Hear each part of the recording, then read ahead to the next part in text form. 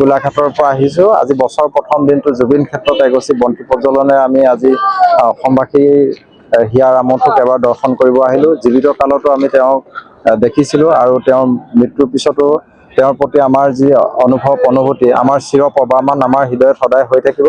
সেয়েহে আজি তেওঁক আজি বছৰ প্ৰথম দিন আমি সুদূৰ গোলাঘাটৰ পৰা সপৰিয়ালে আহি বন্তি প্ৰজ্বলন কৰিলোঁ। আমি আশা কৰোঁ যাতে নৱপ্ৰজন্মৰ সকলোৱে তেওঁৰ সৃষ্টিৰাজিক মনত পেলাওক আৰু তেওঁৰ যি ন্যায় প্ৰক্ৰিয়া এই ন্যায় প্ৰক্ৰিয়াটো অতি ত্বৰান্বিত হওক আৰু অতি সোনকালে তেওঁ যাতে ন্যায় পায় আমি চৰকাৰলৈ এইটো অনুৰোধ জনাইছোঁ। গোলাঘাটৰ পৰা আহিছোঁ। আজি বছৰ প্ৰথম দিনটো জুবিন ক্ষেত্ৰত এগছি বন্তি প্ৰজ্বলনে আমি আজি অসমবাসীৰ হিয়াৰ আমঠুক এবাৰ দৰ্শন কৰিব আহিলোঁ। জীৱিত কালতো আমি তেওঁক দেখিছিলোঁ আৰু তেওঁৰ মৃত্যুৰ পিছতো তেওঁৰ প্ৰতি আমাৰ যি অনুভূতি আমাৰ চিৰ প্ৰবাহমান আমাৰ হৃদয়ত সদায় হৈ থাকিব। সেয়েহে আজি তেওঁক আজি বছৰ প্ৰথম দিন আমি সুদূৰ গোলাঘাটৰ পৰা সপৰিয়ালে আহি বন্তি প্ৰজ্বলন কৰিলোঁ।